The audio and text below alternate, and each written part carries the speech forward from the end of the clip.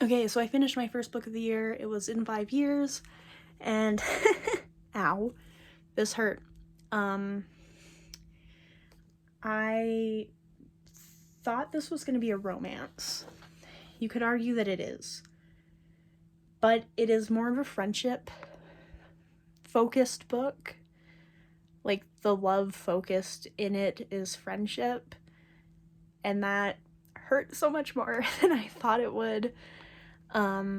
So yeah, I really liked this book, but I did have a big cry.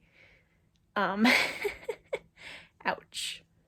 Hello, I have finished another book of Woman and Salt. First off, this cover is fucking beautiful. I love it. I love just the split and the two different things. I also like when books have that flap. Unpopular opinion, I know. But this book was really good. The back is a bit misleading because it talks about how this one character is going to be looking after the daughter of a woman who was detained by ICE, but that's only like one chapter of the whole book. So that was a bit, I was interested in that part, but she only watches her for like a couple days, so I feel like putting that as part of the description didn't really work, because I thought that would be the whole book, but instead it follows a like family lineage of Cuban women living in Cuba or America, depending on who it is. And I liked that a lot. It was very interesting to just see all these different lives and what these women do. My favorite was the first woman. I forget her name because I read that part a couple days ago. Maria Isabel, sorry. I really loved her story the most, but they were all very good. This is a very dark book. Don't let the cover fool you. But yeah, I would highly suggest this one, and I haven't really seen people talking about it, at least in my circle of the internet. So, pick it up if you have not heard of it before. It's very good. Check trigger warnings and stuff. But yeah, I'd highly suggest this one. Hello, I literally just finished this in this very second, and I recorded this whole thing, and then I realized I didn't even hit the button because I was so excited with this book. This book was so good. For the last 10% of this book, just sobbed. Just full on sobbed. Wow. Why? The smut was good, the romance was good. I want to live in a little seaside town now with lighthouses. I love lighthouses. Oh my god.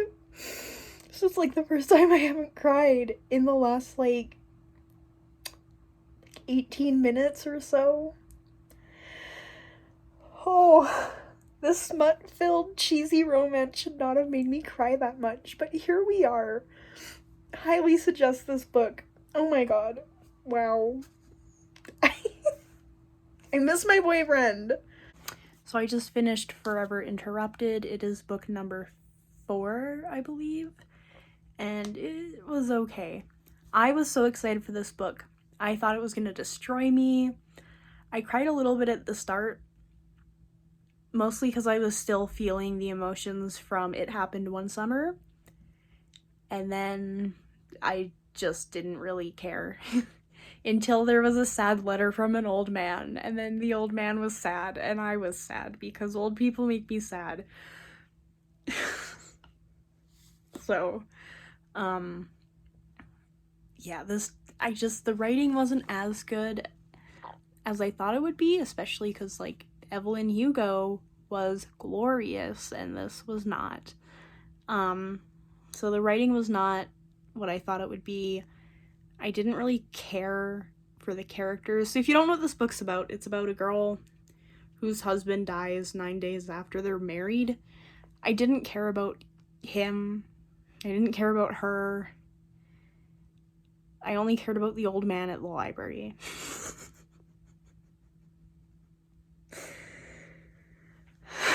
So, yeah. Well, let's see what I read next, because I'm not sure. Hello, so I just finished Normal People, and this is somehow the fastest, slowest book I've ever read. Like, it's short, you know, under 300 pages, so it should have gone by fast, but it was so slow.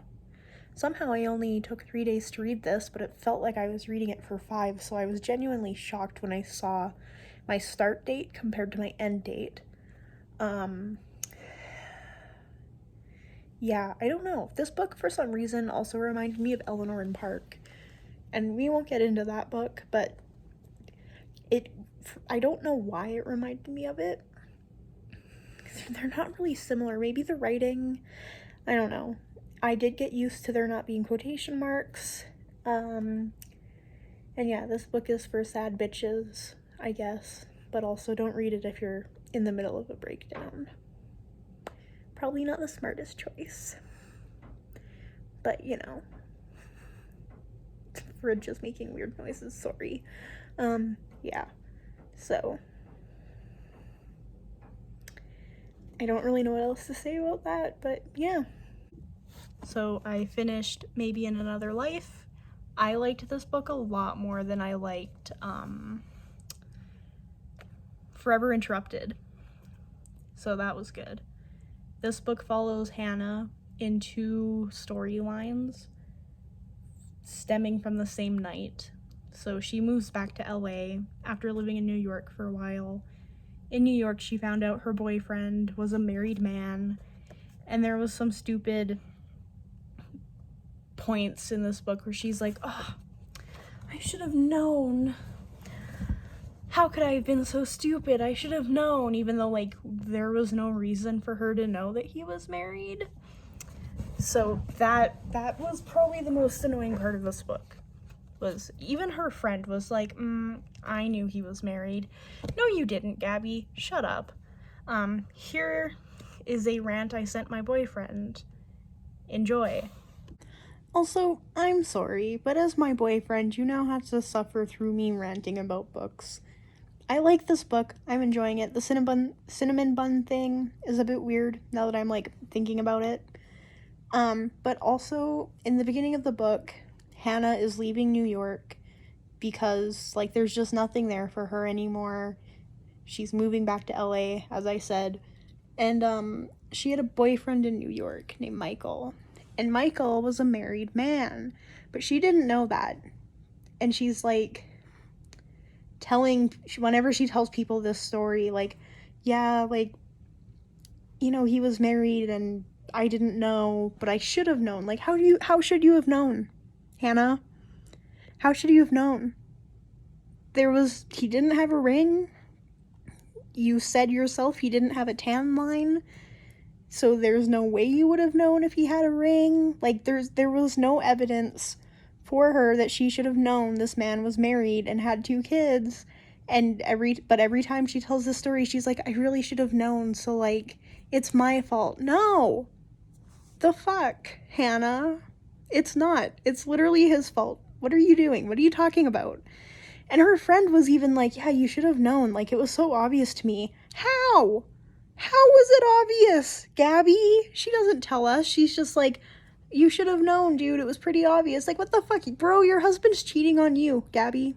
He's cheating on you. You don't know it. So no, it's not obvious. Like, what? That's just the one thing I hate about this book is, like, no one except Michael knew Michael was married, you know? So, you know, when you date me, you get fun things like that sent to you. Also, Hannah's obsessed with...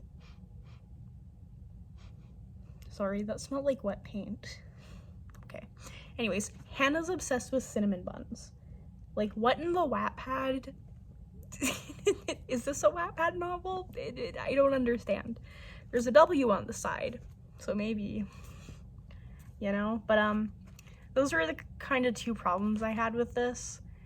I really enjoyed this book. I don't really know how to talk about it, though. Yeah, I would suggest this. I did tear up over cinnamon buns. And, I definitely, for those of you who have read it, definitely prefer Henry. Fuck Ethan. Henry supremacy. Yeah. Yeah, I don't have much to say. So I just finished One True Loves, and wow, the lighting really sucks in here, doesn't it? It's fine. This book made me sad, but I didn't cry. I thought I would. My boyfriend bought me this book, so I thought that would be an extra level of me crying, but I didn't, which is good, I guess. I thought I would cry because I saw someone on TikTok reading it, and she like sobbed through the whole thing. This book is about Emma. She has a husband, he goes missing, they think he's dead. And then when she's engaged to another man, whoop, who reappears? Her missing husband. So then it's,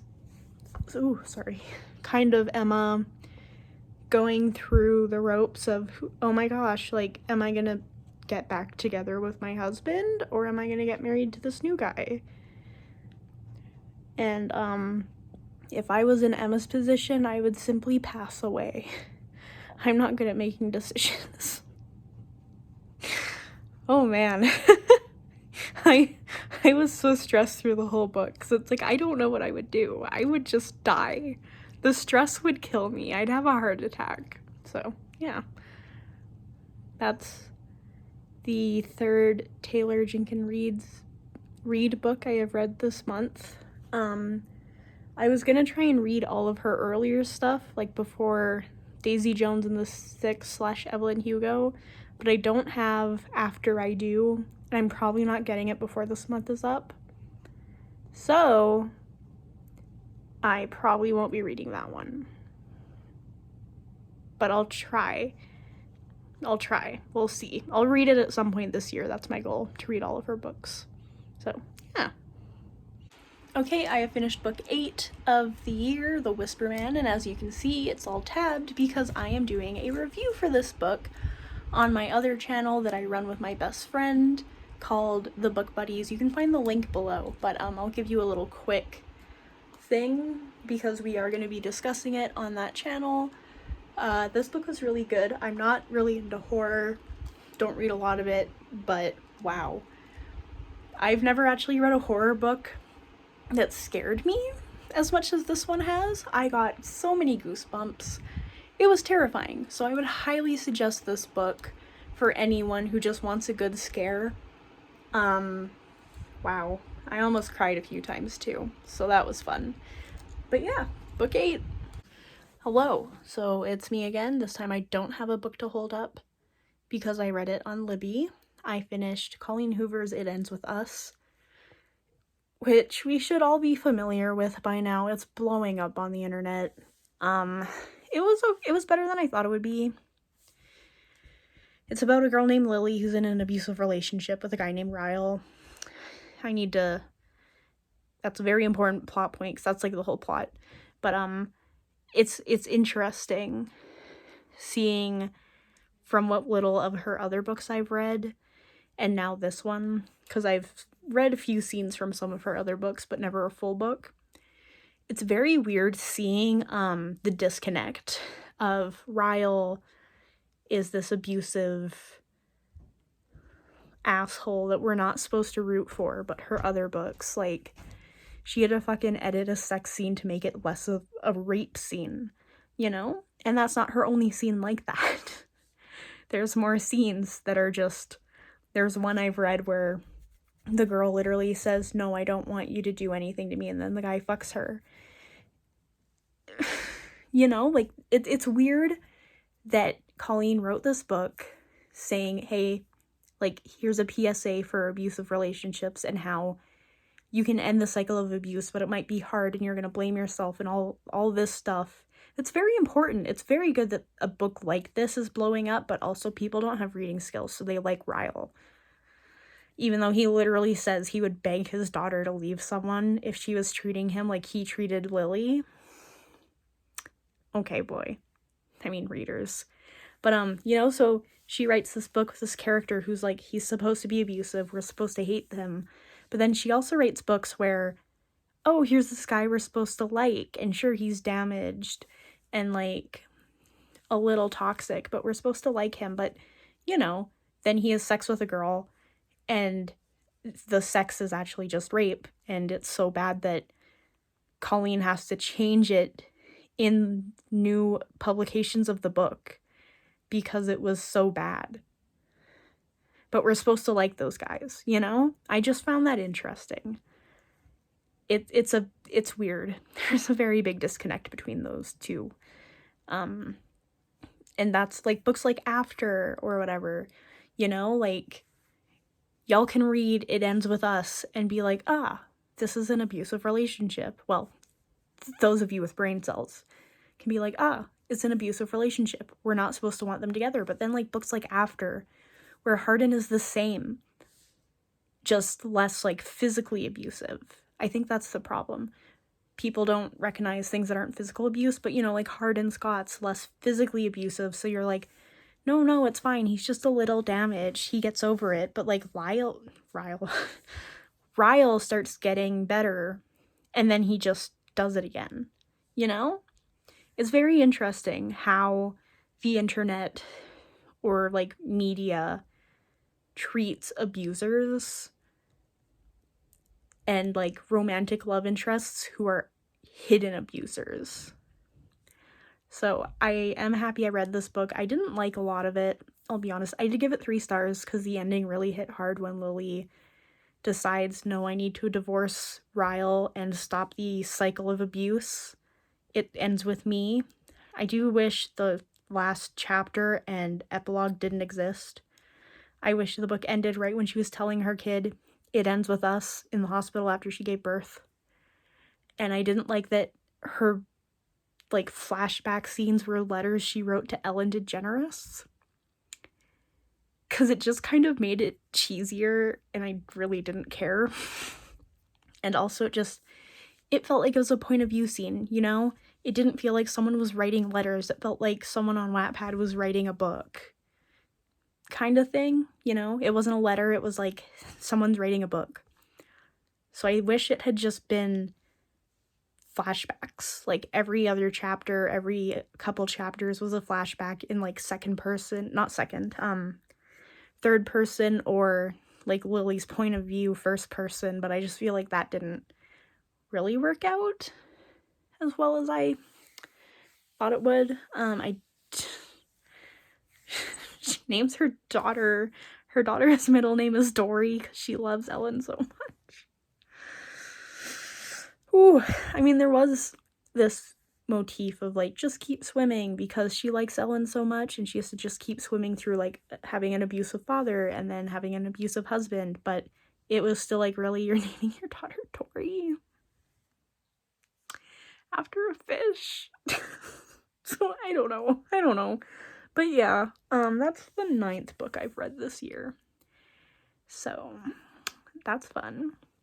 Tomorrow's the 29th, so we'll see if I can get to 10 this month, but who knows? Yeah, if I had a physical copy of It Ends With Us, I would probably do a deeper, longer review, but I, again, had it from the library. It was a 7-day loan. I had like 2 more days, so I had to return it really fast. And yeah, this is all I got for you, so let's see what I read next. Also, I'm coming back to add that Ryle was a red flag from the beginning because he beat up a chair. That was his introduction. Like, maybe not to Lily. Maybe he wasn't a red flag to Lily, but he was to me. And even though I knew the plot to the book, that was still like, people like this guy in the start. And then he like takes a photo of her and blows it up like really big and puts it on a canvas in his house. Y'all need to take classes on red flags, please and thank you. Because what the fuck? That, if a guy's doing that, it's not romantic, it's not cute, especially if he just met you once and went, I wanna fuck you. And then you like don't think you're ever gonna see him again. That's a red flag. Just need to put that out there. That is a red flag if I've ever seen one. So please, y'all need to take a class on like abusive relationships, because the internet just does not understand. And it's scary. It's really scary that you guys are like, oh, that's cute. Like, he put a picture of her up in his house.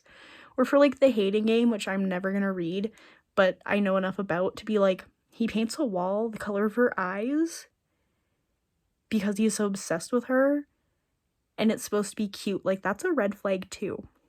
It's not romantic if someone that hates you paints a wall the color of your eyes. So, please get help. Literally, there's so many toxic people in romance books. It's really concerning as someone who likes to read romance. There's so many toxic things. Maybe I'll start making videos on that. But anyways, I just thought I'd come and add this because yikes. Hello, I just finished Everyone in This Room Will Someday Be Dead, and holy shit, this book was fantastic. 10 out of 10 would recommend. Wow. Especially if you want to have a breakdown, because I sure as hell had a lot of those, as you will see in these clips here. Well, I think this is the worst book I could be possibly reading in my whole life, because, so the old receptionist at the church, her name is Grace, she died, and she was an old lady, and she has a friend named Rosemary who keeps emailing the church, being like, hey Grace, I miss you. I'm literally having a breakdown over a fake old lady because she doesn't know her friend is dead. Oh my god, it's so sad. I thought this would just be a fun little quirky read, but here I am just like having a breakdown because this old lady doesn't know her friend is dead, and she keeps emailing her, and she's like, please reply, I miss you, I hope you're okay, and she's dead. This is the worst day of my life. Oh my god. Will made it worse. I just texted him that there's a sad old person somewhere out in the world, and then that makes me sad. And then he was like, when we're old, we won't be sad, we'll be sitting on a park bench happy. And then a Claire, like a future version of you, like someone else who's just like, you will see that and be happy because we're happy. And I'm really sad because there are sad old people. Oh my god. Casey, what's happening? Why do old people make me so sad? So, yeah. Thank you to all the people in my life who, well, mostly my boyfriend, who let me just send those videos of me sobbing over old people. Because, wow, I fucking cried a lot. But this book was so good. It follows Gilda, who is an anxious atheist lesbian working for the Catholic Church as a receptionist, as she deals with her anxiety, depression, and the possible murder of the old receptionist who she is replacing. It was a very good book. There were some laugh out loud parts, but also I had a existential crisis. Is that what it is? Yeah, probably. Yeah. Very good book. Please read it if you have not. And that concludes my January reads. I'm going to do a quick overview here. So I think the best book I read this month out of the 10 that I did read was It Happened One Summer or Everyone in This Room Will Someday Be Dead. I liked them for very different reasons, even though they both made me have like some sort of mental breakdown. But It Happened One Summer had smut, so it's like it wins by like this much. The two bottom books were Forever Interrupted and Normal People. They just were not what I expected. I thought Forever Interrupted would be one of my top books, and it fell so flat. But I think it was Taylor Jenkins Reid's first book, and you can definitely see the progression of her writing from that to Evelyn Hugo. I have almost read all of her like earlier books. I just need After I Do, and then I have to read Daisy Jones and Malibu Rising. So I'm hoping I can get those all in the same month, just so that I've read all her stuff, because I do really enjoy her books, but her earlier stuff is not as good. But I did enjoy Maybe in Another Life and One True Loves a bit more. Of Woman and Salt, please read that book if you have not. I hardly see it anywhere. It was very good. The first point of view was my favorite. I was sad that it was only for that one chapter, but it was a very interesting and heartbreaking book. Yeah, that one was really good. Sorry, it's late when I'm filming this because I want to get it out for you guys. It Ends With Us by Colleen Hoover. I felt, I don't know, not much. I do still agree that it's weird that she writes all of these Ryle-like men while, you know, we're supposed to hate Ryle. And I find that for a lot of authors. Like, so many people write horrible relationships that are, like, borderlining on abusive, if not just over the line into it. And we're supposed to like these men, and then they're all like, girls, don't let guys treat you like shit, but also like this relationship that I write. You know, it's very intriguing. And if I cared enough, which I don't, not really, I would probably do like a deeper dive into this one day, but maybe I will in the future. Who knows? My life can get boring, and maybe then I'll do it, but for now I don't care. The Whisper Man I read for book club, I think I mentioned, and you can find that video. I will link it either in that little icon, whichever side, or in the description. That won't be coming out until the end of the first week of February, so when this video is posted, it is not going to be up yet, but check back. We did a reading vlog for it, so I will post the vlog in the description and the thing. So go subscribe to that channel as well. I will be posting there a lot more than I will be here, at least as of right now. In 5 Years was a good start to the year.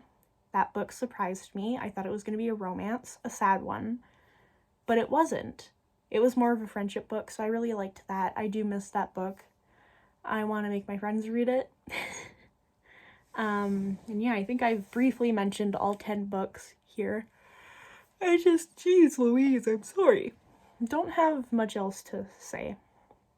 It was a good month. I don't know how many books I will be reading in February, but I am hoping to start with Count Your Lucky Stars, book 3 in the Written in the Stars trilogy. I think it's a trilogy. I really hope it's not, because I love these books.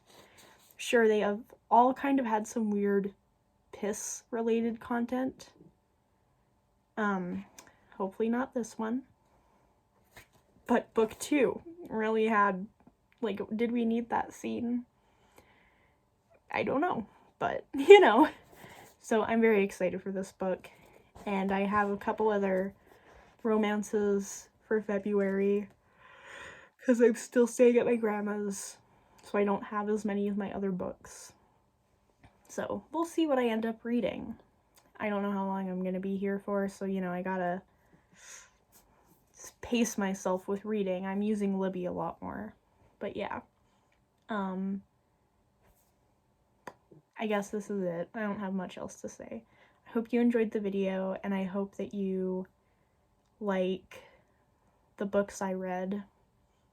And I hope I can open a discussion about maybe, like, It Ends With Us and that whole situation, because I am curious to know other people's opinions about that.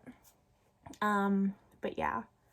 Also, over on the Book Buddies channel, in the little icon, or wherever the hell, our next month's read is Payback's a Witch. I have not seen anything about this book anywhere. Maybe that's just me. Who knows? Maybe you have, but I have not. And I'm very excited to read it. So yeah, in March we will be posting a review of this. So if you're curious, again, subscribe to that channel. If not, you'll see my brief review of it here. Yeah, I guess that's it. I'm getting tired and I have to get up a bit earlier to do some work tomorrow. So, good night, or good morning, whatever time it is for you, really. And, I hope you have a good February, and let me know what you've read in January down below as well in the comments, because I am curious. And, yeah. See ya. Also, I'm still wearing this shirt. So, yeah. Anyways, see ya next time.